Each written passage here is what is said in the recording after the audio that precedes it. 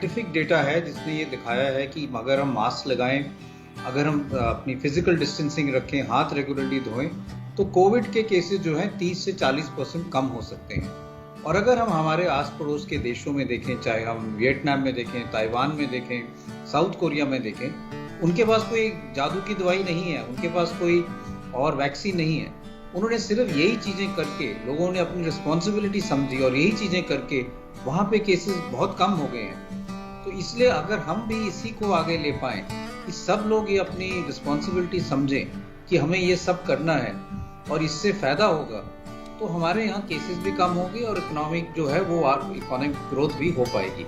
कई दफा ये लोग कहते हैं कि अब इतने महीने हो गए, हम कब तक घर के अंदर बैठे रहेंगे, कब तक हम मिलेंगे जुलेंगे नहीं, कब तक मास्क लगाना पड़ेगा। तो हमें एक नया आंदोलन शुरू करना पड़ेगा, जैसे प्रधानमंत्री जी ने कहा, और इसमें लोगों की इन्वॉल्वमेंट बहुत जरूरी है।